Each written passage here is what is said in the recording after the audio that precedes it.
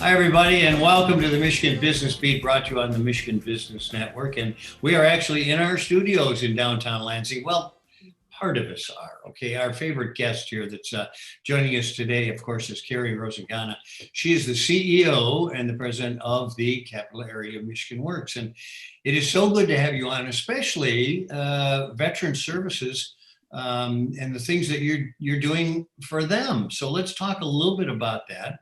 And start off with a definition here. What is a veteran? Sure. Thanks, Chris, again for having me. This is a topic that's really near and dear to my heart. I am married to a Marine Corps veteran, so talking about Veterans Day always brings me a lot of personal pride for the things that our service members do in our country. So for Capital Area Michigan Works, a veteran is someone that we define who has served for 180 days in active duty and who has been discharged from the military for any purpose other than dishonorable.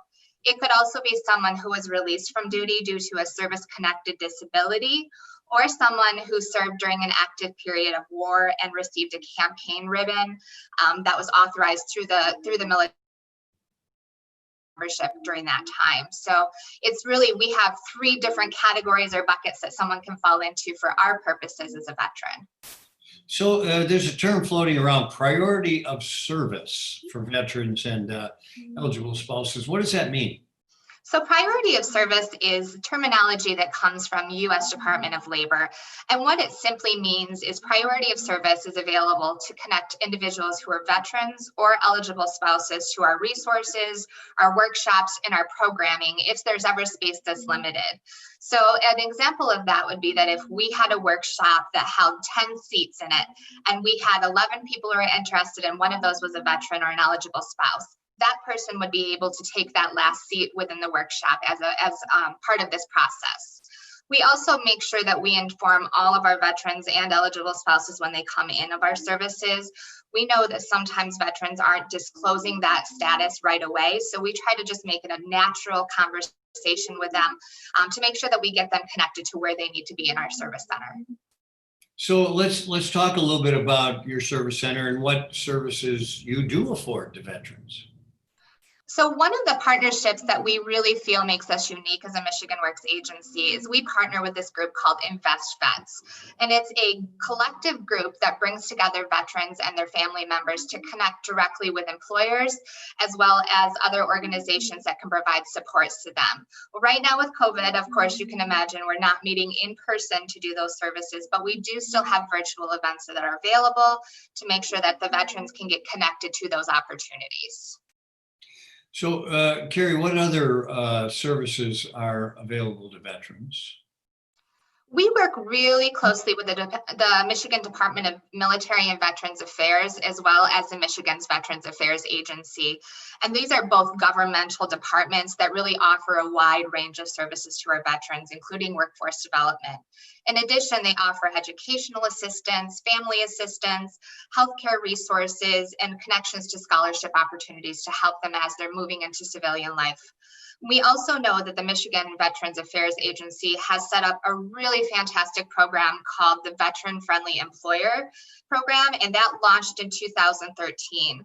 There are currently 10 different state departments that are deemed as veteran friendly employers in the state of Michigan out of 18. And we're really proud to see that Michigan is really taking a leadership effort to make sure that we're getting all of our veterans connected. We try to make sure that we are making sure the veterans who come to us are aware of not only the resources that we have within our Capital Area Michigan Work system, but also within the region and across the broader state, because we want to give our veterans, for the service that they provided to our country, all of the resources that they need to succeed.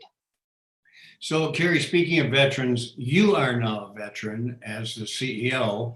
How long have you been in this position?